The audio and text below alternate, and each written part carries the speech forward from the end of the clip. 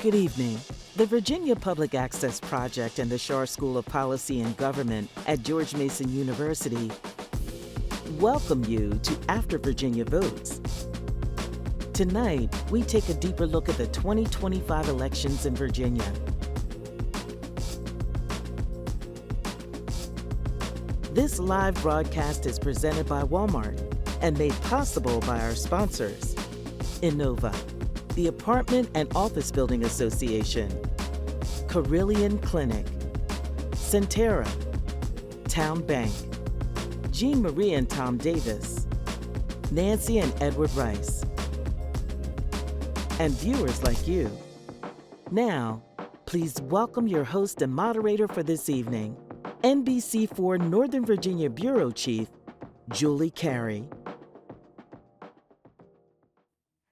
Good evening and welcome to After Virginia Votes. My name is Julie Carey. I'm the Northern Virginia Bureau Chief for NBC4, and it is again my distinct privilege to moderate this unique event organized by the nonpartisan Virginia Public Access Project. The purpose of After Virginia Votes is to gain a deeper understanding of this year's elections in Virginia, to consider what those results mean for Virginia and what they might mean for the year ahead in Virginia politics. We'll focus most of our attention on the statewide races for governor, lieutenant governor, attorney general. We'll also look at those House of Delegates races. I'm going to be joined by two seasoned political professionals who will represent the two major political parties in this year's campaign. They've agreed to engage in a candid conversation in order to give us a behind-the-scenes look into the tactics deployed for these races. And then in the second part of the show, I'll be joined by Bob Holsworth and Mark Rozell, two of the most distinguished political analysts in Virginia. They're going to dissect the results and provide their insight on what this means for Virginia's political future. In each segment, we're going to be saving some time for questions that have been submitted in advance by people who are streaming online and by the small studio audience here. You can also weigh in on the conversation on X by using the hashtag AfterVAVotes. So before we get started, though, let's take a look at a handful of data visualizations prepared by VPAP. They'll help set the stage for the conversations ahead today. First up, we show a map of the change in party performance between the 2021 gubernatorial election and the 2025 election. As you can see, every single county and city in Virginia shifted its votes to a higher percentage for Democrats. Now, let's zoom in at Hampton Roads region to explain what we mean. In 2021, Governor Youngkin won Isle of Wight County by 29 percentage points. In 2025, Winsome Earl Sears won by 14 points, showing a big shift to the Democratic candidate by 15 points. Next, we look a little bit deeper into the representation of each party in the House of Delegates. Prior to last week's election, Democrats held a narrow majority in the House of Delegates, holding 51 seats, with Republicans holding 49. But when the General Assembly session begins in 2026, Democrats will hold 64 seats, and that's the most they've held since 1988. 12 Republican incumbents lost their seats in this year's elections, tying 2017 for the most incumbent losses since at least 1997. 2017, incidentally, also the first year of President Donald Trump's first term. Now let's do a quick dive into the funding for this year's elections in the race for governor. Abigail Spanberger maintained a significant advantage throughout the campaign, whereas in the Attorney General's race, incumbent Attorney General Jason Miyares enjoyed a slight advantage over challenger Jay Jones for the majority of the campaign, but then received a significant boost after October 3rd when a story was published revealing texts Jay Jones sent in 2022 to a colleague in the House of Delegates. Those texts showed Jones using violent language directed at the former Republican Speaker of the House. And finally, as I'm sure you know, Virginia allows for no excuse voting 45 days prior to the election. That article on the Jay Jones text was released on October 3rd, and by that time, over 360,000 votes had already been cast in the election. That's a look at our data. I'm now joined by our first panel. But first, I want to tell you we had a last-minute change in our panel. Unfortunately, Mark Harris, who is the lead strategist at Cold Spark and a consultant for the Sears campaign, he was not able to join us as originally scheduled. But very happy to introduce in his place Scott Weldon. He is the founder of Carnitine Strategies and a consultant to Republican campaigns. And thanks so much for stepping in at the last minute, Scott. We really appreciate it. His counterpart here tonight, Samson Signori, he was a campaign manager for Abigail Spanberger for governor. Welcome to both of you to After Virginia Votes. Thanks so much for being here. I want to start by asking you both to just tell us a little bit briefly about your connection with the campaigns this year, and a little bit about your bio. Go ahead, Scott. Sure. So I've been a political consultant here in Virginia for a little less than 20 years. I was the consultant on several of the House of Delegates races this cycle. And I work at the state and federal level. And Samson, campaign manager, that part's obvious. Yes. But tell me about your day-to-day responsibilities. Absolutely. And first, let me just say thanks a lot for having us, Julie, and thanks to VPAP for everything that you guys are putting together here. My name's Samson Signori. I've been involved in politics for the last 8 years, grew up here in Northern Virginia. I first started working for Abigail back in August of 2021 when I ran her congressional race. Moved over in 2023 to run the coordinated operation for the State House and State Senate. Came back and we launched the governor's race in late 2023, and I've been her campaign manager since. Gotcha. Let me ask you both first, just to kind of give me your 60-second takeaway on what we saw happen in Virginia. Really striking results. Samson, let me start with you. Absolutely. So I think you saw Abigail Spanberger win because she was laser focused on lowering costs at a time when voters are tired of division and chaos, and frankly tired of having to pay attention to politics every single day. In Abigail Spanberger, they saw a candidate who was steady, who was steadfast, and who was laser focused on the issues that matter most to voters: lowering costs, boosting the economy, keeping our community safe. And that's why last Tuesday, you didn't see just a landslide victory, but in my opinion, a coalition redefining victory. We won by over 15 points. That's the highest win since JFK was the president for a Democrat running for governor. And this was a coalition of working class voters who want to see lower costs. We saw boosted margins with African American, Hispanic, Asian American voters, and a huge swath of non-college white voters that were brought back into the fold too. Scott, similar take? Yeah, very similar. I would also point out that voters seem this year to be focused on cost of living and healthcare as much as any time in recent history.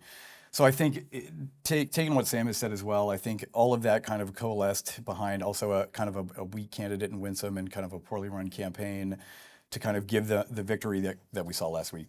So. I'm going to start digging deeper into some of these issues. Scott, let me start with you. I'm going to roll the tape back to April. And Republicans had, at that time, what seemed to maybe be an advantage for them. The whole ticket was set, no primary challenges. They had an opportunity to kind of hit the ground running, start on fundraising early.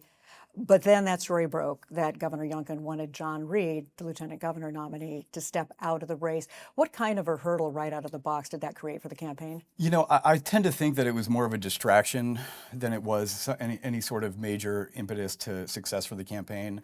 I think it became kind of a stumbling point, but nothing that kind of really impacted the effort as they were getting going. I think they were having trouble getting going to begin with, and I think that was just something that kind of was more of a distraction from the campaign that should have been up and running already. Mm-hmm. Samson, I want to say, almost immediately after the primary for the Democrats, they had several rallies around the Commonwealth, appeared as a unified ticket. But it kind of seemed as the campaign went on, they pretty much were running their own races. I'm wondering how much conversation there was that went on between the three campaigns, and what kind of conversations were happening with those who were kind of orchestrating the House of Delegates races. Yeah, so a lot of coordination up and down the ticket. This is my 8th cycle in Virginia, and I feel very confidently that this was the most coordinated that Democrats have ever been in the Commonwealth. We had weekly calls with the Attorney General and Lieutenant Governor campaigns, bi-weekly calls with the State House caucus. Very much unified on, and that's one of the reasons why immediately after the primary, we launched right into a statewide bus tour, and wanted to be sure that voters felt not just visually that Dems were unified, but really, taking that message statewide. Mm-hmm. I want to talk about message too in both campaigns. Samson, I talked to Abigail Spanberger early on in that bus tour, again at the end of the campaign. And it seems like her focus was essentially the same, talking about affordability and then, talking about pushing back against Trump policies that were so negatively impacting the federal workforce. What were your expectations back in the spring about whether she would be able to ride that message that way all the way to Election Day? Absolutely, and I've worked for Abigail Spanberger for many years. One of my favorite things about her is her attention and focus on message discipline and being relentlessly focused on the issues that matter most to everyday voters. I think we were laser focused on affordability and cost of living from the beginning to the end of this campaign. I think was one of the reasons we were so victorious. And you touched on implicating Trump a little bit as well. I think one thing we did correctly on our campaign is we didn't really focus on Trump. We focused on the consequences of Trump, not on his personality, but on his policies, specifically when they impacted voters' pocketbooks. Mm-hmm. Scott, as I covered the Winsome Earl-Sears campaign, there seemed to be more fluctuations in message. Out of the box, there was a big splash with the car tax. Yeah.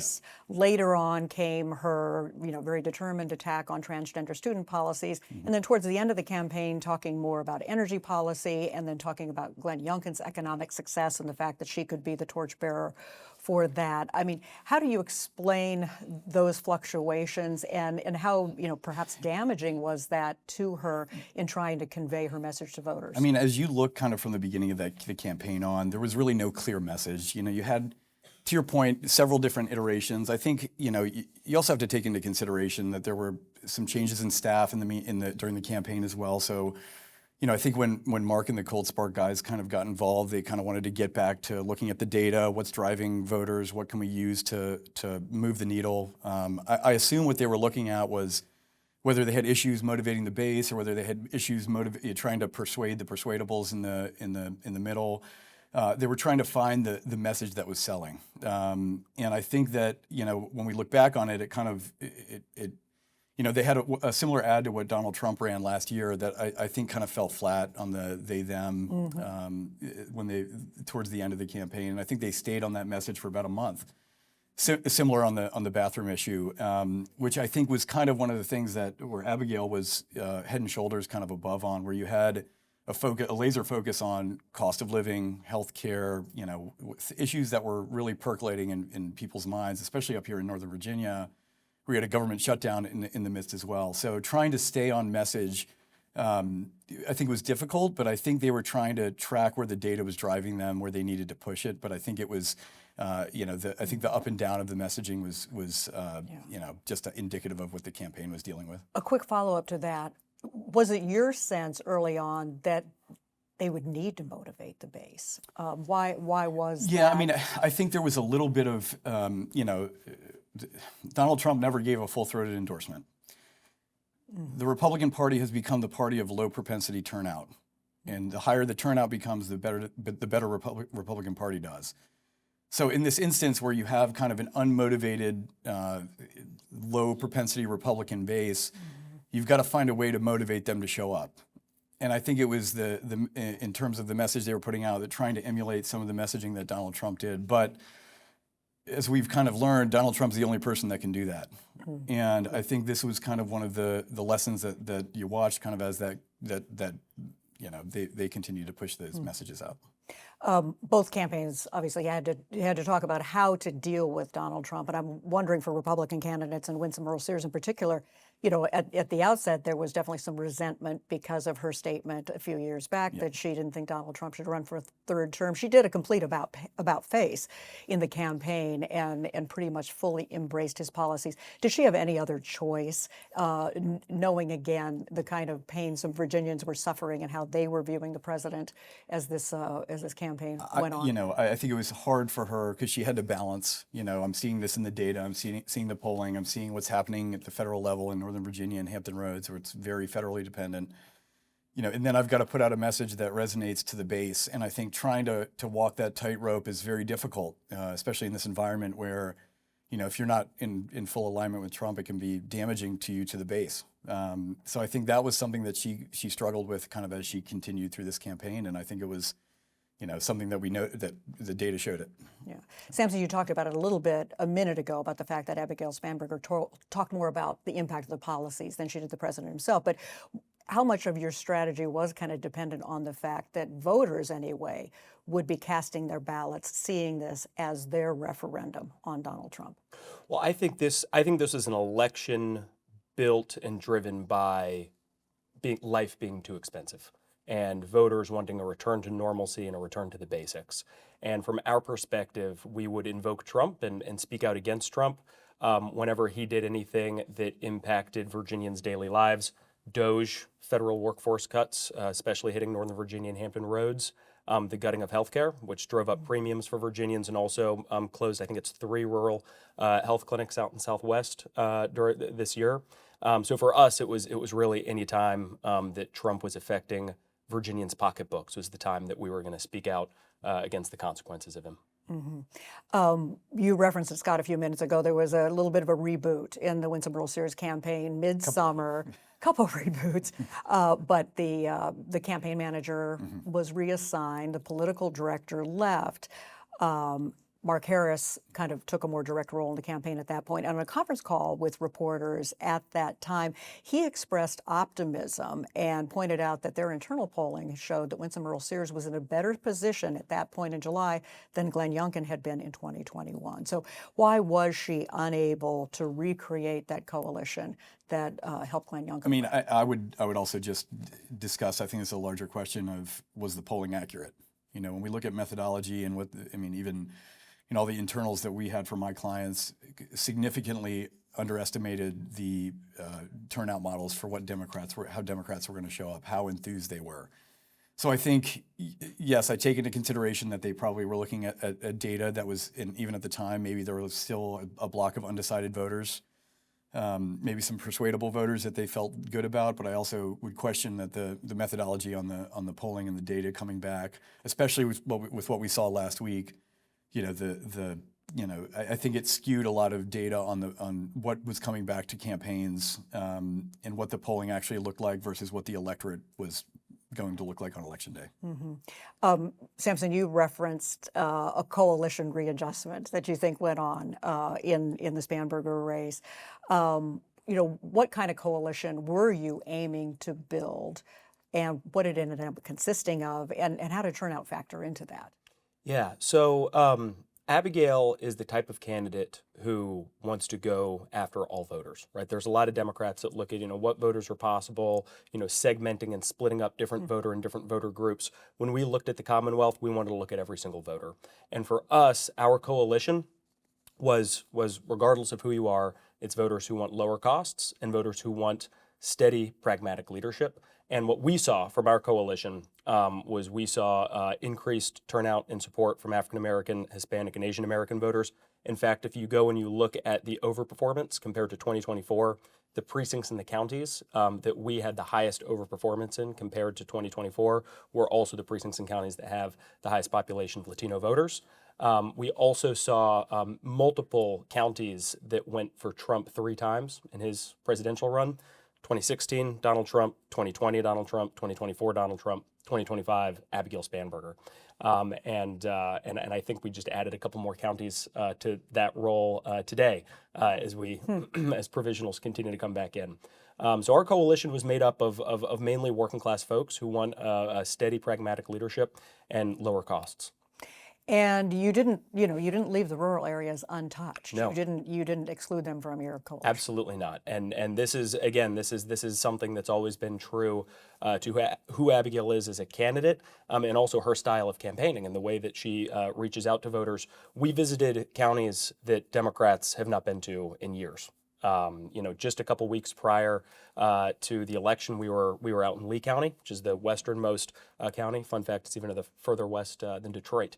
But we had our bus tour, and our bus tour, our halfway point was in Lee County. And Abigail spent a lot of time, and in my opinion, far more time than your typical Democrat does, meeting with voters directly in their communities. And when we mean statewide, we mean statewide. And that also, of course, included more rural communities. Would you make the argument, though, now that this is a coalition that can last, or is more born of the circumstances that we're in?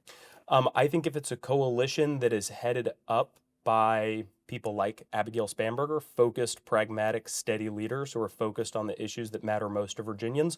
If that's the kind of leadership and the kind of example that's at the forefront of our politics, I absolutely think that's a coalition that can last. I want to talk about something that was a big issue in the 2021 campaign, and that's parents' rights, and really explore how much that still matters. Obviously, not as much in this election as it did, but Scott, in 2021, COVID still fresh in everybody's minds, and Glenn Youngkin took that Parents Matter mantra and rode that to victory. The Earl Sears campaign clearly thought that message would still resonate with voters, but she seemed to focus more squarely and narrowly on transgender student policy. You've sort of spoken to it a bit already, but was her campaign too reliant on that, talking about that too much at the expense of talking to other things that were more on voters' minds? And just one more thing I'll throw in there. Some of the polling that was done about the issues that were important to voters, it polled at 3%. Yeah. As contrasted to, inflation and the economy that were always up at the top of the list. I actually, in defense of Winsome on this, I think one of her best commercials was the parental rights ads that she put out with the woman face to camera, testimonial ad. It was one of the best, pieces of media that she did the entire campaign. That being said, I also think that there was a misplaced kind of focus where the entire energy of your campaign could have been and should have been focused on the issues that matter to voters. That's your pocketbook. That's, and we saw a big spike in polling when One Big Beautiful Bill was up because people started getting concerned about health care. That became a large concern, I think, as voters kind of started looking at some of what was happening. And they looked at it and I think the media and advertising that was put out could have mirrored that and reflected that in a way that I think would have moved the needle maybe a little bit more. But I also think it was kind of, as they're trying to cauterize the wounds, how do you get to the right message? So yeah, I think that on the parental rights, I think it's obviously still going to be an important issue, but it's also kind of one of those things where we look at this and we say, I think the public generally, if they agree with Republicans on this issue, they know that we're going to be with them. Mm-hmm. They know if they need if something flares up on an issue, they don't need to go and tell voters that. We don't need to relitigate the 2021 campaign again or anything out, 2024. You're in a new environment. You need to kind of adapt to it, and I think that's kind of one of the messages and takeaways that I would have right now for that. Samson, it does seem, though, like Winsome Earl Sears' intense focus on that issue through the campaign did push Abigail Spanberger to be a little more specific in how she articulated her position. I mean, at the outset, in the ad, she emphasized the fact that she was a mom of 3 girls and, wanted school safety. And I think by the time the debate rolled around, she was a little more specific in her answer, not only there, but, when reporters pressed her on it. But how was she then? I mean, she was able to fend off the, she's for they, them, that, so her Kamala Harris, and there were millions of dollars of ads spent against her on that issue. So why do you think she was able to overcome that? Yeah, so I'll start with saying I think Abigail was always consistent on where she stood on this issue from the beginning of the campaign to the end. I believe that the Sears campaign and Republicans broadly got way ahead of their skis on culture war issues. They ran campaigns obsessively focused on culture wars, entirely devoid of any economic argument and any argument about how they're going to make lives truly better for Virginians.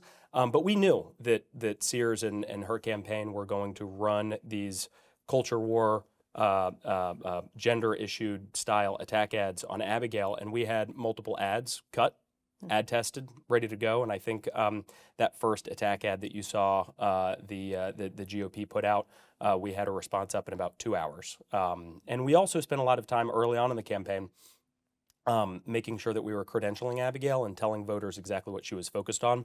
It's part of the reason that we made a decision to start our paid media campaign much earlier than most campaigns do. Partially driven by the fact that Abigail had advertised in Richmond and the D.C. media market before from her congressional districts, but we knew we needed to expand outwards into Southwest and into Hampton Roads, but also because we knew that the GOP the Republican opponent was going to come after and try to smear us specifically on the culture war issues. So we laid down a solid foundation that Abigail is a former federal law enforcement officer, former CIA case officer, mother to 3 girls who was relentlessly focused on lowering costs and making our communities safe. So I think that when Sears rolled out those culture war ads, they largely fell on deaf ears. Let's talk about the October surprise, as some call it. You know, the revelation of those J. Jones text messages, and just days before the first gubernatorial debate. Scott, this is a question I haven't heard answered. Maybe you can. Do you have any insight as to why Republicans waited until after early voting started to drop that bombshell? I think there was a strategic decision made, and whether you can agree or disagree, I think there needed. There's no it absolutely enthused at least the Miaras and Republican ticket for the first time really in the entire campaign. So, you could argue maybe they should have dropped it right before early voting. Would that have done enough? I would probably say probably not, considering the motivated voters probably were pretty set in their ways on who they were voting for, and considering what the electorate looked on election day. But I would say, do you push it closer to election day so that message stays? I think they made the kind of strategic decision that those messages were going to be released to try and maximize the length that they could keep that message moving.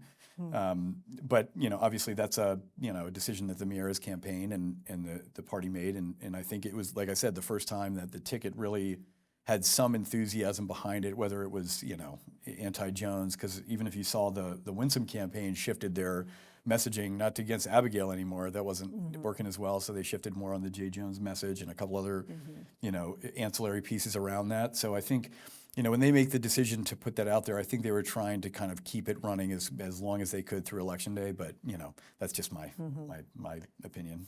I'll press the question a little farther, just because of my curiosity. How widely known was it that something was coming?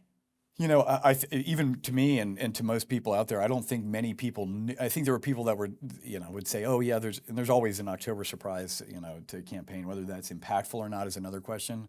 I think this was, I don't think many people knew that this was coming.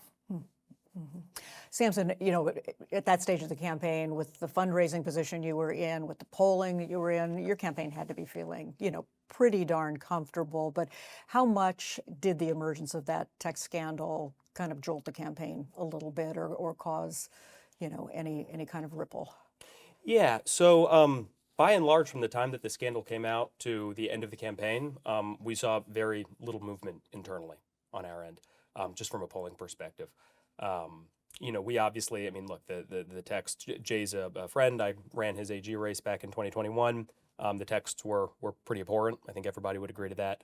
And him and Abigail had a conversation the day that they came out. We released a statement later that day. I think we called him disgusting. And ultimately, we wanted to be sure that he apologized and made right, not just with political leadership, but also with voters. And I think 2 weeks after that, they had their debate where he apologized, which I think is something that you rarely see politicians do very often. He went out and he apologized, and he deeply meant it. And on Tuesday, he was elected. It took a little while for him to do a public, on-the-air apology. There was a written statement fairly early on, but did your campaign try to influence that at all? Did you give any guidance there about how he should approach it? So the first conversation that they had and our campaign had with them was that we felt that the texts were really bad, and we asked that they apologize. I wasn't involved with much internal deliberations outside of that, but I know that I think before the end of the day, they had put out an apology. And done something on air around it as well. So I'm sure everybody anticipated that would be a big topic at that debate. And I think in my script that night, I described that gubernatorial debate as unlike any I've ever watched. Scott, let me start with you. What did you make of Winsome Earl Sears? It was obvious strategy, that unusual approach of interrupting not only her opponent, but the moderators to hammer away at the J. Jones texts, and, the Republicans demand that Democrats and Abigail Spanberger call on him to drop out of the race. What did you think of that? I think to the public watching it, it was not something that was appealing to anybody. To many people watching it, I don't think they appreciated that tactic. I don't think it was good, but it gave Winsome the best, I think, ad that she had the entire campaign. So when she put out the question of her kind of pointing at the camera and talking to Abigail, I think that was probably one of her most potent advertisings. But I don't think the tactic itself is very impactful or helpful. I think we've seen that in a couple debates before, and the public doesn't walk away from that feeling good about how that went down. So I think that it was really whether it was intentional or not, I think it was created to have some sound bites pulled from it and some media clips made from it. Samson, the text message must have altered debate prep a little bit. I mean, what was the plan for dealing with that? A little bit, but look, our position didn't waver, right? We wanted to be sure that voters had their opportunity to make their choice. And also for the Jones campaign to have the ability to make right with voters, which they obviously did. So it didn't impact. I mean, we were prepared to answer the question in the debate. We also did during our debate prepare for a lot of interrupting. So I think that the debate prep that we did ended up bearing out in reality. Yeah. That begs a question, though. I mean, had you decided that she would not engage then? Because that was, that did create the moment for the ad, the fact that Abigail Spanberger did not respond, hardly even looked at her. Was that part of your strategy? Our strategy was that if our opponent was going to be disrespectful on the debate stage and interrupt or do anything of the sort, that we wouldn't follow her down that path. And we wanted to have a debate that was focused solely on the issues, focused on lowering costs, focus on turning down the temperature on politics a little bit. And we came and wanted to have that debate, and we wanted to be sure that we were laser focused on the actual issues there. Any regrets after seeing that ad that it generated? No, we did some ad testing with that ad too. Like most of the ads that Sears put out, it was not very effective in our opinion. You mentioned that ad already. Both campaigns kind of had a little bit of video gold to work with. That it seems like was Winsome Sears' strongest piece of video that she was able to gather. But was it worth what she sacrificed in that debate? That's last Tuesday is a pretty good indication of that. And Samson, your campaign, it was I Am Speaking from Winsome Sears' Labor Day speech that she gave down in Southwest Virginia. It was used in multiple ads in different ways. Did you ever worry that voters would kind of start to tire of it? If a voter begins to tire of it, that's right when our message is breaking through, in our opinion. That's true. But look, one of the things that I was really proud of with that specific ad, and this was part of the strategy that we put together, is we wanted to make something that not only resonated and became thematic in the paid media capacity, but could also expand outside of just paid media into social media and kind of into political culture in Virginia. And you saw that with this ad on TikTok, on Instagram, on a lot of social media sites. You had content creators, influencers, comedians even take that I Am Speaking tagline that we ran on TV ads and sort of do their own bits on it in social media. And I think that was a goal of ours that we set out for, and we saw that play out. Yeah. The other thing that, aside from the J. Jones text, that was, mostly unexpected, that was the government shutdown. Big impact later in this campaign, too. Scott, that had to feel like a gut punch to not only the Winsome Sears campaign, but other Republican campaigns. Just yet another reminder of the difficulty. No question. I mean, especially, when you're talking about Northern Virginia, Hampton Roads, a lot of civilian contractors, federal employees, a lot of people impacted by that. And not only that, they get to sit at home and watch the ads, see everything going on, see, look at their bank accounts, look in their, the cost of their health care, everything that kind of helped drive, I think, turnout and depressed turnout for Republicans kind of is a little bit, it's all part and parcel with kind of what happened during the kind of dysfunctional Washington, D.C. process of dealing with the shutdown. And I think that just continued to drive and pile up on the numbers, and it definitely was not helpful. That's for sure. And in your campaign, it was just something you could kind of seamlessly roll in, right? Well, I think for our campaign, it was proof of the exact argument that we made, which is chaos and political division and dysfunction is driving up costs and hurting the economy for typical Virginians. So for us, the government shutdown was unfortunately proof of the exact problem that we were trying to highlight and talk about in our campaign. I want to ask a couple of somewhat self-interested questions. But I wasn't the only journalist during this cycle that was grumbling a little bit about candidate access. But I want to start first by asking about debates. Only one debate. I mean, traditionally in Virginia, 2 or 3 gubernatorial debates. How do you explain the fact that candidates seem to be more reluctant, rather, to schedule debates? Scott, you want to start? I mean, I'm going to steal a quote from somebody. It's like, never speak unless it improves the sound of silence. And I think that there's a piece of this that's very, we'll call it the risk reward. Is it worth putting yourself out there to have an issue like President Biden did last year? Multiple other candidates, the risk of being out in front of a camera, in front of an audience, in front of people that puts you, whether, and honestly, especially with, what we saw in the Charlie Kirk shooting, I think there's a lot of, fear in candidates, and there's death threats and everything out there. So I think you take the two things out there that people are seeing from a high level, whether it's, it's the risk reward. So I think they look at this as, is it worth being out there politically? And then do I feel safe being there as well? So from a media perspective, obviously, that was the risk reward of the political campaign. But yeah, I think that's the calculus that kind of goes into some of that decision making. Is there a sense that voters don't need it, don't want it, aren't demanding it, or what do you think is influencing that? So we would have been happy to do more debates. In fact, I believe we agreed to one or two additional ones on top of the one that we did that our opponent did not agree to. We've always felt strongly in doing debates and making sure that those are honed in and focused on the issues. I think there's one really interesting piece of data around the debate that we did have, and that is when we poll, we ask open-ended questions, right? What are you hearing? What are you seeing about these two candidates or about politics in Virginia? And overwhelmingly in the weeks leading after that debate, there was a lot of Virginians that had tuned into and had some awareness around the debate, mainly around our opponent's behavior during the debate. But I think it's clear that there were Virginians who were tuning into it, and we wish that we had done more. Yeah, and I guess the other part of my question is just, the media, I think, has less access than we used to. I mean, there was a time when we can all remember almost after every public event, there'd be a gaggle and, questions on the fly. I'm seeing less and less of that.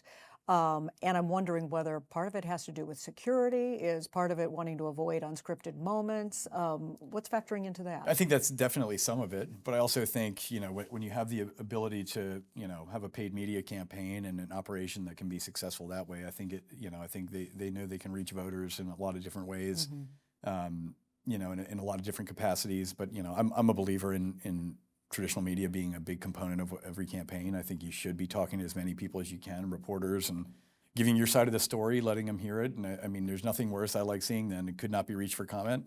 So that's just the way I see it. But I also know that, a lot of people out there, again, put themselves up versus that risk reward. Is it worth, speaking when it doesn't improve the sound of silence? Happy to hear that. I endorse that. How about you, Samson? I mean, what do you think? I mean, I think there was less access, fewer free-for-alls with reporters. I mean, I feel that the campaign was available to reporters throughout the course of the cycle. We had press gaggles, whether it be at campaign stops, at bus tours, et cetera. I think when you look at campaigns and press access, you also have to compare it to the opponent. And I think that on the opponent's side, there was very few, if any, local Virginia press access. How much greater consideration, though, is security now? Much greater. Much greater. I mean, just, speaking frankly, there's been heinous acts of political violence earlier this year. It's a serious thing that campaign staff and candidates have to think about, and it's unfortunately the world that we live in.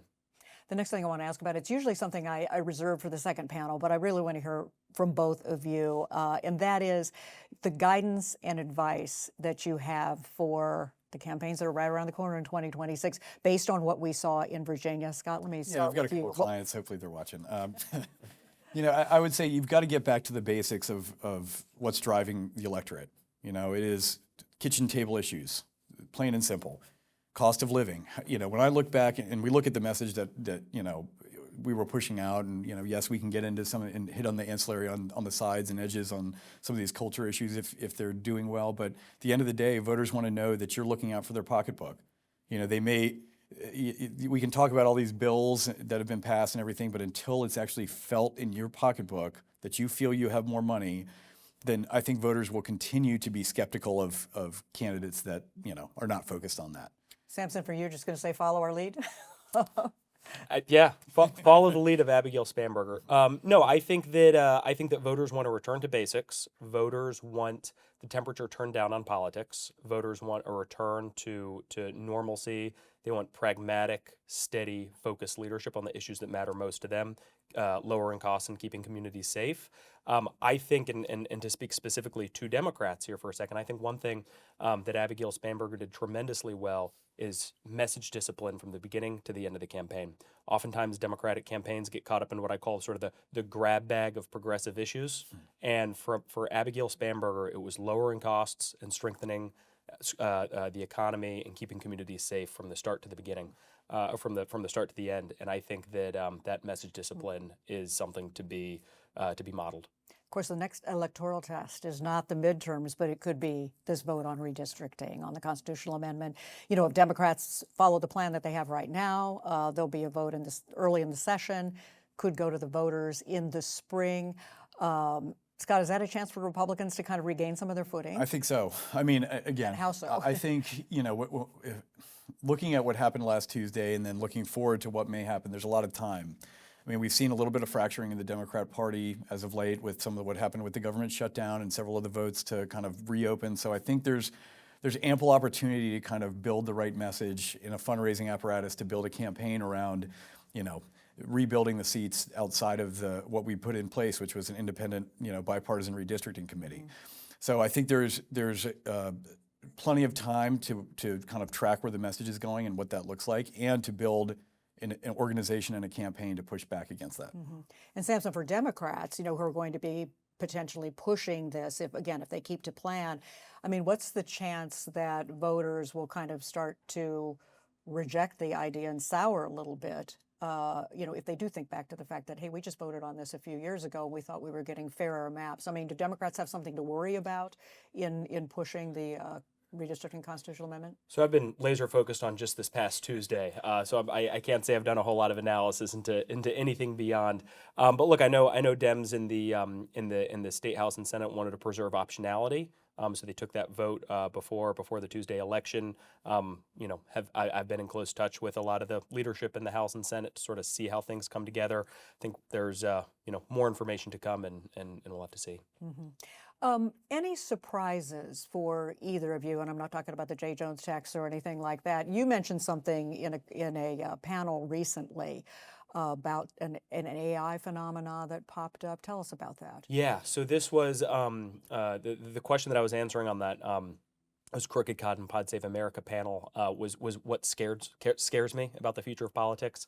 And for us, or for me at least, one of the scariest moments that we had on the campaign was that there was an AI video put out from the conservative social media ecosphere, and it was meant to look like a campaign ad that our campaign had put out. And apparently it looked just real enough that it got a lot of Democrats buzzed up.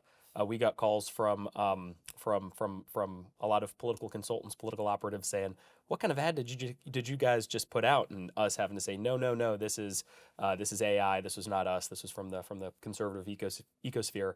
And the other thing that was worrisome about it is, on X they've got the @Grok, Grok, the AI bot that you can tag in tweets and it'll tell you some information about it. And someone had said @Grok, "Is this really a Spanberger campaign ad?" And Grok had come back and said, "Yes, this is a campaign ad." And that was not the case at all. So that was something that was really worrisome to us, mainly just because of the lack of control on our end. What we can do is we can flag it for X. We can flag it for operatives who call us and ask if it was a real ad. But ultimately, I think this is something that needs some policy change. It's also something that campaigns on both sides of the aisle are going to need to be armed and prepared for into the future. Scott, anything for you in that arena? Not necessarily. Not that I would say, this was a slow-moving train that we all saw coming. Yeah. And last question for both of you: is Virginia blue? Yes. Yes. I think Virginia has been and remains to be purple. Okay. Explain that a little bit further. Because so many analysts in the wake of this are just, saying, "Yep, it's blue again." I mean, look, I think not a battleground. Yeah, people back in 2017 said, Virginia is solidly blue. And I think that Virginians are inherently independent-minded. They are inherently voters who pay close attention to their politicians and what issues they're focused on. And I think that look, we were the only race in the nation to actually flip a seat from red to blue on Tuesday nationwide. And I think that this remains a battleground state, one that Abigail Spanberger just won quite handily. Great conversation. Thanks so much to both of you, Scott Weldon, especially for jumping in at the last minute. I'm done speaking. You've been waiting for that one. Samson, Signori, thank you very much to both of you, and we'll be back in just a few moments with our top-notch political analysts. American-made tour? Follow me. Over 2/3 of what Walmart buys is American-made. There's healthy dried fruit from California, clothing sewn in North Carolina, and jams from right down the street. And when Walmart buys from American companies, that helps those companies grow. We've doubled our Walmart business. And hired more folks. Well, I guess you could say you're doing just peachy.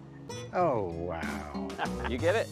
The Virginia Public Access Project is critical to providing information to the general public about what's happening in Virginia state and local politics and government. Anyone of any age can come to vpap.org and find this sense of calm and clarity and access this information that they didn't know before. VPAP is here to be a resource for people that want to participate in their government. It takes data from politics all around the country and in our Commonwealth, bringing you the news, legislation, and bills all in an easy to digest package. They're vetting the information, so I know this is truthful, I know this is real. It's not trying to sway you. It's a tool to ensure that people be informed, and we're just providing the information and the facts from which then people can start to have conversations about what it means to them. VPAP has almost 30 years of experience providing nonpartisan political information, so you can feel confident that you can use our resources and share that you're using them because it's coming from a reliable source. Today, Greg is a market manager at Walmart, overseeing 10 Walmart stores. But 18 years ago, he was just getting his start as an hourly associate. I've heard so many promotions, I've honestly lost count. And is earning an education tuition-free. I'm always trying to learn new things and better myself. He's also bought his dream house, raised 4 kids, and became a Pee Wee football coach. Go Vikings! I've reached milestones at Walmart that I've never ever thought I would. Welcome back. I'm now joined by our two distinguished political commentators. We'll be discussing the results and what they mean for Virginia in the coming year. I'm pleased to welcome Dr. Robert Holsworth. He is the founding director of the Center for Public Policy at the L. Douglas Wilder School of Government and Public Affairs at Virginia Commonwealth University, and Dr. Mark Rozell. He is the dean of the Schar School of Policy and Government at George Mason University. Thanks for being here. You guys always have such great insights, and I don't know two people who follow Virginia politics more closely and have for a little while, just like I have. So we're veterans, right? I like that word. Let me start just, as I did with the first panel, your 30 to 60 second takeaway on what we saw happen. Mark? Yeah, I don't think it was a fundamental change in Virginia politics. The last question on the previous panel was whether Virginia is blue or purple. I think we still are a competitive two-party state. Considering the historic pattern of Virginia elections where the party in the White House almost always loses the governorship the next year, Donald Trump in the White House, the DOJ cuts, attacks on the federal government, the impact on the regional economy in Northern Virginia in particular. I just think so many things were aligned against the Republican campaign that I would caution that one not read too much into these results as in some way indicating a fundamental partisan shift to the Democratic Party that's going to be long-lasting. Bob, agree or disagree? Well, I agree with that. I think one point I would make is that this was a national election in many ways. Donald Trump takes all the political oxygen. His numbers were way down nationally. He was minus 15 in Virginia. You saw national results in which the Democratic candidate and Trump's disapproval rating, sort of were just congruent all the time. So I think that was the sort of the water or the framework or the environment in which this election took place. Not to diminish or take anything away from the kind of campaign that Abigail Spanberger ran, but by and large, we saw so many accounts of reporters who went out, national reporters who went out across Virginia, and what they heard was not really about Abigail Spanberger's pragmatism or Abigail Spanberger is going to lower costs. They were there to make a statement about Donald Trump, and they made it. Yeah, and I certainly heard that echoed in many of the voters I spoke to, especially the early voters. They wouldn't even mention the candidate's name sometimes, not even at the top of the ticket, but they would talk about Donald Trump, and that was the sole reason they were casting their vote. So we heard Samson just talk about how he thinks this is a coalition readjustment, though, that it is something major in Virginia, what Abigail Spanberger was planning to do. Do you think he's accurate on that, or is that kind of an overstatement, again, given what you just said about the climate we were in? Yeah, I think it's an overstatement. Certainly Virginia has trended increasingly blue, but as the 2021 election shows, Virginia can flip red under the right circumstances. And so it is quite possible we can end up with another competitive gubernatorial election in 4 years. And go red again. So I don't want to read too much into it. And I think if you're looking at coalitional change, let's think about next year's elections and what happens in the midterms. And maybe that will be a little bit more telling as to whether this is part of a trend over time. But I would not read too much into one election cycle. But Bob, did it start to reshape the Democrats' coalition compared to where they were? I think only a little bit, actually, because I think what you saw was that there was certainly an expansion in Northern Virginia, where Donald Trump had done a little better, particularly with Latino voters, and that just evaporated, largely because of an issue that Abigail Spanberger hardly touched on, which was deportation and the response to that. So you saw that in Northern Virginia. There was an exaggeration before about how well she did in the Southwest Virginia. She ran behind Tim Kaine in all of those things. She was not the only candidate to ever go there. But she ran very, very well in the African American community. And I'm not sure that's necessarily because of Abigail Spanberger. I think it's largely because of Donald Trump. And I might add the enormous job that Speaker Don Scott did in raising money and turning out voters in these competitive 13 competitive seats that the Democrats targeted. That was just, I think, a phenomenal job that was done there. So there was a good, I think, coordination between Spanberger and the Democrats in the House, but I wouldn't minimize how successful the Democrats were in mobilizing voters in those competitive House districts as well. And we'll talk about some of how this impacts the future, but I want to kind of stay on what happened in the election. You know, Donald Trump's been on the ballot 3 times in Virginia, but did he perhaps have his biggest impact this time when he wasn't on the ballot? Well, let me just say that it's the same thing happened in 2017.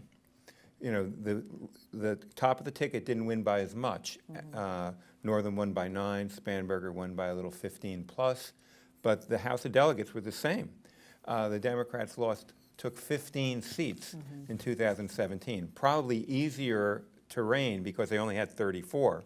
But in the 8 years of Donald Trump, the Republicans have gone from 66 seats in the House to 36. That's in part because of the great job I think some of the Democrats are doing, but in part because people are making a statement about Donald Trump. Yeah, Mark, want to weigh in on that? I think that's right.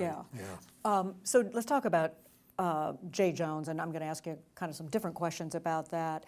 How surprised were either of you that he survived a scandal that voters not only in polling said they were well aware of? It was something like 80% of voters knew of that scandal, and they, roundly condemned it. Surprised he was able to survive, or was it only because of that incredible margin? Right. The top of the ticket winning by more than 15 percentage points, and Jones won by about 5, so he still ran 10 points below the top of the ticket, which is significant. But by most standards, that's a comfortable win. He was carried over the finish line by a huge Democratic majority at the top of the ticket, no doubt about it. I think it was a coattails effect more than anything. So I wasn't terribly surprised given the fact that it was such a blowout election in that regard. And also I think voters have become a little bit immune to scandal. Think about 19 years ago, one word ended George Allen's political career. 10 years after that, the Access Hollywood tapes, right? Last year, Mr. Trump gets elected a second time after 2 impeachments, the Stormy Daniels hush money case, the sexual harassment findings against him. So maybe people just don't feel that same sense of scandal impacting their voting decisions. And I would add to that too that perhaps many voters toward the end considered what's more important, what he did 2 years ago, and I'm not minimizing it, it was really bad, or what are going to be the impacts on public policy over the next 4 years, depending upon which of these two men happens to hold the position of Attorney General. And a rational voter, I think, could easily make that calculation and say, there's something much bigger at play here than this one really bad thing, but it doesn't outweigh the importance of that job and what the next Attorney General is going to be doing. Bob, you and I talked the day of the Attorney General's debate, and I was asking you, how you thought voters would respond, whether we'd see ticket splitting, whether voters that had planned to vote a straight Democratic ticket would split their ticket to sort of show their condemnation for what he said. You said, that it would be more that an undervote would be more likely. You were proven right in that. But how do you analyze, how voters ended up casting their ballots? I'm not so sure I was right about the undervote, but here's what I think. I think what happened is that some independents split their vote. I don't think too many Democrats did. If you look at the what happened is that almost all around in the larger jurisdictions, he ran 5 or 6 percentage points behind Spanberger. In the districts that were primarily African American, he ran 3 percentage points. Interestingly enough, in the small rural localities, he also ran 3 percentage points behind Spanberger because the Democrats get no votes whatsoever there. So where they were getting 18%, he got 15. It didn't go down to 10 or something like that. So that happened. The undervote actually was about only 1.3%. And that is a little larger than we've seen in the last 2 elections, but not as large as we've seen in some others. And at the end of the day, I would echo Mark. I think that people have become somewhat jaded about scandal. Some of us remember a long time ago, 40 years ago, when there was a Republican Attorney General candidate who enhanced his resume about playing for the Washington football team. Said he had played when he had really been only on the practice squad. And that was just totally disqualifying. We've come a long way. I would never accept that. Just real briefly, I want to explore a different angle of the J. Jones text scandal, and that is, does it, for those who would like to tighten Virginia's early voting rules, does it prompt any rethinking of that or sort of play into that narrative? The fact that almost 400,000 voters cast their ballots before they even knew about this? Okay, General Assembly, put an end to this. That's my take. 45 days before Election Day is too long. It really is for early voting. At least shorten the period of time. October surprises have become the norm. They're not the exception anymore. And I can tell you how many people who said, I think I'd take my vote back if I knew this before. So I don't know, 45 days before Election Day is too much. We make voting way too easily in this country, and shorten the period of time. Yeah, Bob, we're not likely to see that with the Democratic General Assembly, but what do you think? I like the fact that we've made voting a lot easier, actually, overall. I think that's a good thing, not a bad thing. At the same time, we should do some analysis of, well, how many people vote 45 days out, and would we really lose anything if we went to 30 days? But the fact of the matter is that I think we've increased participation somewhat, not tremendously, but we're now getting over 50% of people voting in gubernatorial elections, 50% of the registered voters, something that didn't happen for many years.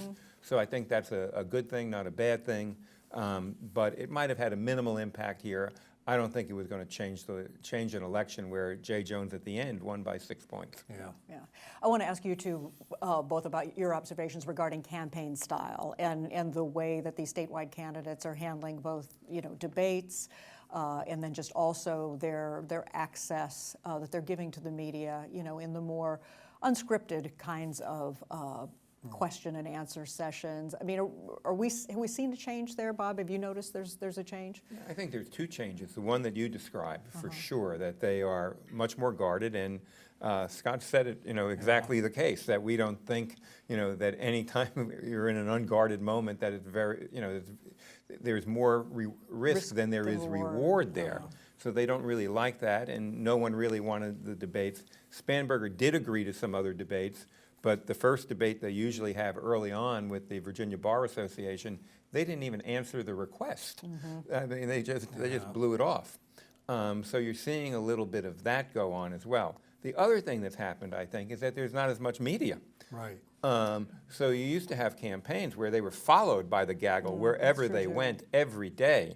There were 20, 25 people. They were competing for stories. Everybody was trying to get a different angle. And so at the same time, there's much more social media now and far less sort of conventional media. And that has really, I think, also changed the nature of the campaign, because you don't have the whole Capitol press corps following them around like they used to every moment of every day. One can't imagine the kind of movie that they made about Chuck Robb's campaign, The Perfect Candidate, ever occur again, because the media is not following somebody around across Virginia. Yeah. That's true, although their schedule's a little more guarded than they used to be too. Mark, is there consequence for voters, do you think, or? Oh, I think there's a big consequence, and Bob has it exactly right. This is a tragedy for our democracy, the decline of traditional media and the loss of mainstream traditional media, particularly in local and state coverage. So we don't have candidates having to be held quite as much accountable by an independent media that they need to get their message out, when they can rely upon social media, podcasts, ideological cable shows, and the like. There are many more vehicles for them to get their message out on their own terms and not have to be accountable by an independent, nonpartisan media as it used to be. And that has really fundamentally changed the nature of how campaigns are conducted now. I want to quickly touch on something that we saw for the first time in this campaign, and that was what John Reed did. He frustrated by the fact that he could not get a debate with his opponent, so they created the AI debate. And not sure how many people saw it, but he had his staff come up with the answers that he thought the Ghazala Hashmi would give to a list of questions. I mean, was that a clever tactic to use, or did it kind of border on maybe dangerous misrepresentation? Either one of you want to comment? I thought it made him look desperate. It was silly, quite frankly. I would not advise any campaign to ever do anything like that. The tragedy is there wasn't a real debate. That's the real issue. Now, his opponent perhaps felt that she had no political incentive to have a debate. And again, the lack of a very strong independent media that's following the campaigns, holding them accountable, when are you going to debate? It's not there. One gubernatorial debate, that's all. Bob, you and I have talked about this too. Again, nature of these campaigns.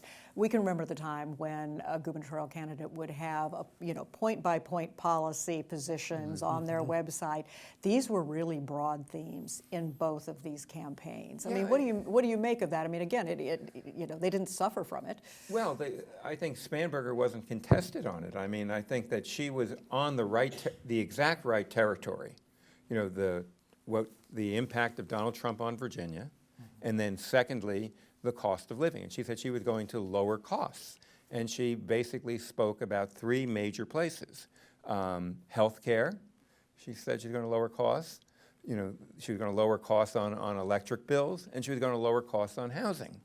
Then when you look at the plan, I think it's hard to say that anything there is going to definitely lower a consumer's cost tomorrow. But the problem is she wasn't contested by Winsome Earl Sears. Right. She was out there talking about, trans kids in sports, trans kids in bathrooms, And at no point did we have a serious engagement, which you would expect a Republican to do, on energy policy or housing policy or what's going to happen in health care and how are you going to actually lower costs. And so my sense is that now Spanberger will have to deliver on that, but she was smart to do what she did, and at no point was she pressed by her opponent to actually specify anything that was going to lower the cost of somebody at the kitchen table, as they like to say, tomorrow. Perfect segue to what I want to talk about next as we start to look forward. Right. And yeah, so Okay. it's one thing to win this convincing victory. Now she has to govern. And you know the things that Bob just mentioned, lowering the cost of electricity, creating more housing. What is she going to need to demonstrate, let's say in this first year in conjunction with the General Assembly, to convince voters that she is delivering on what she promised? Well, she has to focus on those core issues that were the focus of her campaign, if there is any mandate at all for her election. The issues that Bob just mentioned, right, the affordability issue and the like, these are really hard things to do, by the way. And I'm not exactly sure what she is going to do to make a difference in those areas, but the political challenge for the Democrats is, with the big numbers they have now in the General Assembly, you know, partisan majorities in both houses and having the top 3 positions, they own it at this point. They own all of it. And that's always very tricky business, right? Because if the voters don't see delivery on those promises, real impact on cost of living, prices and the like, which is really hard to do they then blame the incumbents for not having delivered on their promises? I suppose there's a lot they could do about regulating different businesses or the like, you know, regulating different enterprises, energy, getting into the healthcare exchanges and the like. But beyond that, I'm not really sure what they can affect in the short term. Bob, it's a tall order. Yeah, it is. I think you can see on energy the Democrats coalescing around a policy of trying to ensure that residential customers and data centers, for example, And that's something, pay very differential rates, and that's something that people can understand. She wants to talk about sort of reducing the impact and the importance of pharmacy benefit managers. I'm not sure people know that too much, but that's kind of where she is on that. Housing and getting more housing supply is not something that's going to happen overnight as well. The other thing that I think is going to be a challenge that's interesting to me is that her instincts are, as she said, to be pragmatic, not partisan. If, however, this redistricting proposal is on the ballot in 3 months, that is going to take an awful lot of the oxygen up politically, and it's going to entice all kinds of national money back into Virginia for 3 months to battle this, because this is incredibly important to Hakeem Jeffries, Donald Trump, Speaker Johnson, and they will be all over Virginia on this. And so this is not a fight I think she wants, but it's going to be a fight that the Democrats expect her to lead. Yeah, you and I have talked about this. You think she is going to have to be a cheerleader for that, whether or not it distracts from, you know, what her main mission is. It's a challenge. She's going to have to walk and chew gum at the same time, because she has her first, legislative session as well right here. And that's not going to be a picnic either, because where the economy may be going could be much tougher for her than it has been for Youngkin. But at the same time, this is a huge national issue right now.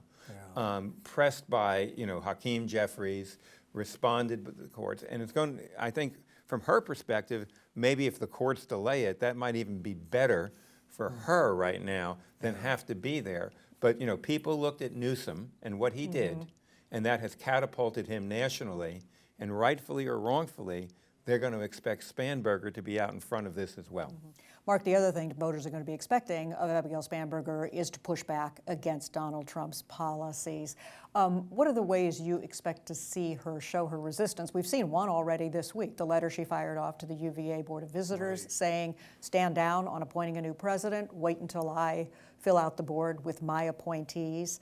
And I actually have an audience question on that front too. What does the governor-elect intend to do about the lawsuits against George Mason? So where do you see her demonstrating pushback and resistance? Yeah, and I think she has to be careful because she doesn't want to at the outset put a bullet target on her back with the current administration in Washington. She's going to have to, if she is really as pragmatic as she says she is, find ways to work with the administration in Washington. And so getting into a back and forth with them on some really divisive issues could ultimately backfire for her. So I would urge some degree of caution, even though the temptation is, and certainly the Democratic base wants the state governor to take precipitous action to go against the Trump administration. I think she can handle a lot of that rhetorically, but without getting into a lot of policy specifics in a way that would pit the new gubernatorial administration against the administration in Washington. But certainly that was a signal, right, that on some issues already early in the transition period, she plans to take a strong posture in defense of the public universities in Virginia, which are perceived by much of the public to be under attack at this time. Yeah, so I'll talk first about UVA, which I think is going to go forward. I think it's hard for me to imagine that the board will not listen to her. Yeah. And because I can't imagine anyone wanting to take that presidency with the incoming governor making that kind of official statement. And that board has basically blown off the legislature on numerous times. Don Scott said he didn't want them to go through with it. Scott Surreyville is in court with them about who's actually even on the board there. And Cree Deeds tried to get some accounting of what happened with Jim Ryan, and they blew him off. They said no. So she has said, you know, she doesn't want the presidency to go, but she's going to have another choice, and that is whether she is going to keep on the board or ask the current chair and vice chair of that, the rector of that board, to leave because of either misfeasance or malfeasance or whatever. So that's one choice she's going to have to make. And then I think the legislature is just furious with what's happening at, with what the what Congress is now doing to President Washington. And they're going to expect her to stand up for GMU as well. And then finally, I might add, I think I agree with Mark. It's not her instinct to want to pick a fight with President Trump, but it is Jay Jones's campaign. His job, too. That's what he's going to do. He's told us he's going to take them to court. He said that right away in the, that's how he won. On the grounds that he would stand up to Trump and he would not be kowtowing to Trump. And so if he's going to deliver on his campaign promises, we're going to see the Attorney General sign on to most of the Democratic lawsuits against the president. And that, again, may not be on top of Spanberger's bingo card, but she's going to have to deal with it. But that'll give her some coverage, too. Let him do it. Yeah, he'll be the front man on that. Let's turn to the General Assembly. And, Mark, you wrote a great column on this week. It can be argued that the Democrats, in some places, overplayed their hand when they had the 10-seat majority that they won in the House in 2019. This time, Don Scott and Dan Helmer, who orchestrated this majority, they said in their press conference the day after the election, they talked about bold ideas, but they also talked about using restraint. So what's your expectation of what that is going to look like and whether they've learned some lessons from what happened then? Yeah, and that was the point of my column, that the Democrats, having won big elections during Donald Trump's first presidential term, may have misread their mandate as an affirmation for all their liberal progressive ideas that they pushed very aggressively in the General Assembly. And perhaps the 2021 election was a lesson about misreading your mandate, pushing a little too far, and causing a political backlash, which I think did happen. And so there's always a temptation in campaigns to think we want a huge majority and we picked up a large number of seats in the General Assembly. This is a positive affirmation for all the great ideas that we campaigned on in the campaign, when in fact the voters are mad about the Trump presidency, they're anxious about the state of the economy, the cuts to the federal government, the DOGE cuts and the like. It wasn't exactly a mandate for everything that the Democrats were campaigning on. And as we've been talking about, it was in many ways an issues-thin campaign on a lot of fronts. And so I'm not quite sure what the mandate would really represent. So I think Spanberger kind of hit the right moment, actually, running as someone who projects this image as a pragmatic centrist who wants to fix problems and get things done without a lot of drama. And I think people are just tired of the drama and the chaos. And she's the exact opposite of that, and people responded to it. But that's not a positive affirmation for this or that public policy idea. Bob, they used the term mandate in that press conference, but... Well, you know, what's interesting to me as well is how does she get along being really a newcomer to state government with the people who are here permanently, i.e. the General Assembly. And I was struck by an article that Michael Martz did in the Times-Dispatch about the 3 comments from the leaders. Scott Somerville said, I hope she's not like Youngkin. Don Scott said, well, we're all Democrats, but it's not going to be hunky-dory. And the inimitable Louise Lucas said, you know, I didn't support her for 6 months. I did come around, and I hope she has her listening ear on. So this is going to be, you know, interesting to watch how she kind of negotiates with an assembly who understands that it's a 4-year governorship, and they have their priorities. And it will be interesting to see how many of the 400 bills that Glenn Youngkin vetoed that they bring up. Wow. What I saw on the restraint might have been a very specific issue, and maybe I'm reading into that. I think Don Scott might have meant 2 things. One, to the new people, take it easy. Or he might have meant something about right to work, because that's a big issue in the Virginia business community. Every time I talk to a business group today and of last week, that's all they're talking about. You know, is they're going to protect right to work. And that is a big deal to the business community. And I was thinking that maybe Don Scott was saying, you know, we'll do, you know, the minimum wage, we'll do paid family leave, we'll do collective bargaining for public employees, but we're not going to just go and do that one thing that will all of a sudden make it more difficult for us to raise a lot of money and could have an impact on the business rating in Virginia. And Spanberger has already said she would prefer not to be given that bill. She might support a reform, but she wouldn't support elimination. That's what I read out of Don Scott's comment. Great points. What about Republicans? Obviously, the first thing they're going to do is try to make a stand against the redistricting constitutional amendment, but what's going to be the role of Republicans in this General Assembly? Well, their numbers are so thin, they're not going to have any power. In the House, for sure. Yeah.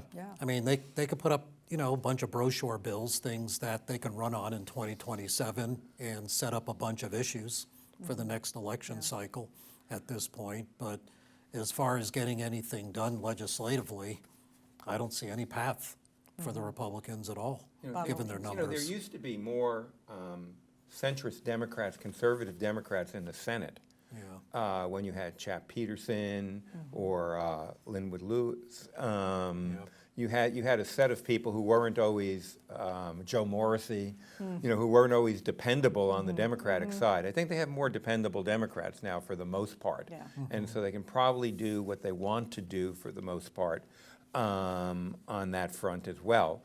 But still, I think, you know, here's a person who has never been in Virginia state government, who has to now come and govern, and it'll be fascinating to watch how she operates this, who she brings in, and what kind of Virginia hands does she bring in compared to people that she's familiar with from the federal side. So what lessons will be taken away from this for the 2026 midterms in Virginia's congressional races? How does this inform them? Are we going to have maybe one congressional race that's competitive, the second, right? Well, it depends what happens we'll with see what the map looks redistricting. like. Well, yeah, of course. Yeah. But Bob, what do you think? What do you think the candidates are going to be, you know, looking at in this? I think they're looking at the same. They're going to be looking at what Spanberger did and what happened nationally, and people who were able to appeal to voters on these, you know, clear pocketbook issues while criticizing Donald Trump are successful, and they were successful regardless of their ideology in some ways. You had Spanberger and Mikey Sherrill, and then you had Zohan Mandami with almost the same message in some fashion. from very different political perspectives. I think you're going to see that again on the Democratic side.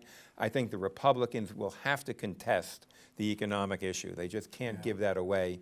And their challenge is what happens on the health care issue, I think, because that to me is the real ticking time bomb for them, with people having these excess increases in their ACA, and then Medicaid getting ready to go that year later. It's going to be a tougher environment for Republicans. The second, and if we don't have the redistricting, the Democrats, I think, are also going to try to make a run at the first district with Rob Whitman. Right. We've already seen Shannon Taylor, who just lost to Jay Jones by a 1.5 points in the primary. She's announced that she wants to run, and there's a whole bevy of people getting ready to do that. So we'll see what happens there. And Mark, is what happened to Virginia any kind of model nationally, again, in 2026? I always caution against overreading the impact of local and state elections as in any way indicative of what's going to happen nationally.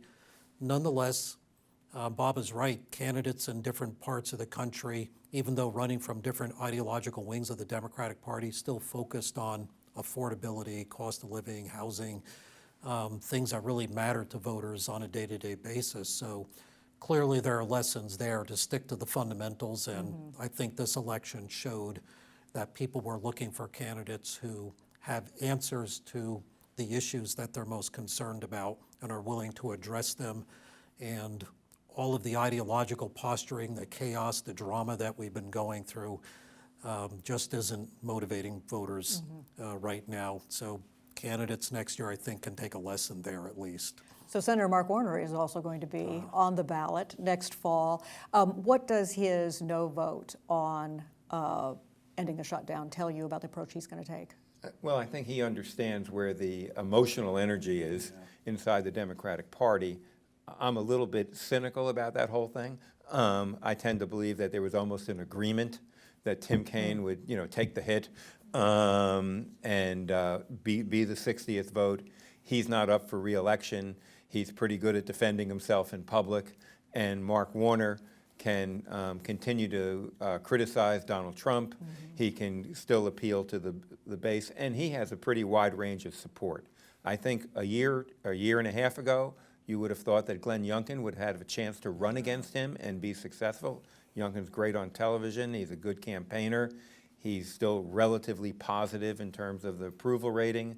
But I think when he fully embraced the DOGE cuts, it told me that his aspirations are not Virginia-centric any longer. Yeah, you're setting me up for my next segue, because that's where I was going next to talk about Glenn Youngkin. For what it's worth, Steve Bannon has declared Governor Youngkin's presidential aspirations ended by the results in this Virginia election, by the GOP defeats here. But that seems to me possibly to be an overstatement as well. But Mark, how much damage has been done to him and his presidential aspirations? Well, I think his brand has been damaged politically. If you look at the course of his governorship, where he tried to improve the Republican Party's fortunes here and there, he doesn't really have much that he can point to. The 2023 elections, he went out there and staked the elections on his abortion plan, right? That really backfired, and the Democrats ended up pushing back on his objective of trying to get partisan Republican majorities in the General Assembly. And this election cycle was a huge repudiation at a time when Earl Sears was running at the end of the campaign stay the course kind of message with the Youngkin administration. So I don't see a lot politically that he can point to right now that is going to make a really good case for him to run a national campaign. I don't see it. Yeah. Bob, let me ask you about Jason Miyares. He's made it clear he's not finished. He wrote "See You on the Trail Ahead." What do you see as a likely path for him?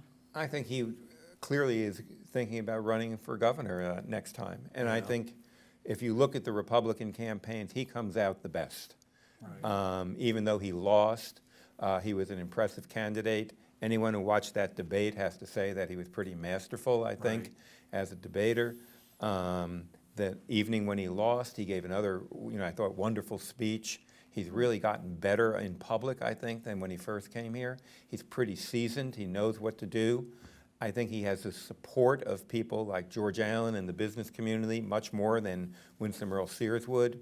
So I think if you're looking at a Republican bench right now, which is pretty thin, unless you go really outside of it and get a newcomer like you had with Glenn Youngkin, Miyares looks to me to be in a pretty good position. And I don't think he was too damaged by this loss, because I think you have to lay it at the hands of both Trump and the most miserable gubernatorial candidate I've seen in 40 years from Earl Sears. Mark, agree that he can rebound then pretty well, but there's a big time span between 4 years. He's a young guy. Bob's analysis is absolutely on target. He's a very talented candidate, and he was smart not to get into the gubernatorial campaign. It's not clear he would have gotten the nomination, and if he did, we wouldn't be talking about his political future so much right now in what turned out to be a wipeout election cycle for the Republicans. Maybe he could have held down their losses a little bit in relationship to the actual outcome in this election cycle, but that would not be much of a bragging point for running again in 4 years. So I think for himself, he did absolutely the right thing. Who else do you see, Bob, coming off the bench in either party 4 years from now? Don Scott, if he wants to. That I think he has one of the most remarkable rises that I've ever seen in American politics. Here's a person who spent 9 years in jail, gets his rights restored by Bob McDonnell, passes the bar, 4 years later gets elected to the House. A few years after that, orchestrates a coup and becomes the leader of the Democratic Party. Then he orchestrates this campaign, 13 targets on Republicans. They win all the pitches, a perfect game. Raises money that was just inconceivable. In most of these competitive House elections, the Democrats outspent Republicans not 2-1, but often 3-1 and 4-1. He just seems to me to be an absolute star, and that if he wants to leave the speakership and has an aspiration to culminate his career as governor, he's going to be very tough to beat in the Democratic Party right now. How about another Congress member like Spanberger did? McClellan, Vindman? I mean, that's possible, I think. But beating Don Scott, I don't think I'd want to run against him. And the fundraising prowess, you're probably right about that. So same last question for you guys that I had for the first panel, and it comes in part from somebody in the audience. Virginia, blue state, but finer point on that, will demographics lead Virginia to becoming a blue state beyond 2026? So kind of a two-parter there. Where do we stand now? And do demographics push us deeper in that direction? Right. So I've heard the argument before that demographic change is destiny and it assures a permanent Democratic Party majority because the population changes in Virginia, which have happened very rapidly and pushed it increasingly in the direction of what will become a majority-minority population state in a few or several years. But that analysis always falls short because it presumes that certain groups of voters are static in their voting behavior. And we saw what happened in 2024 with how well Donald Trump did with certain groups of minority voters. So don't assume that demographic change assures a positive future for Democrats in Virginia.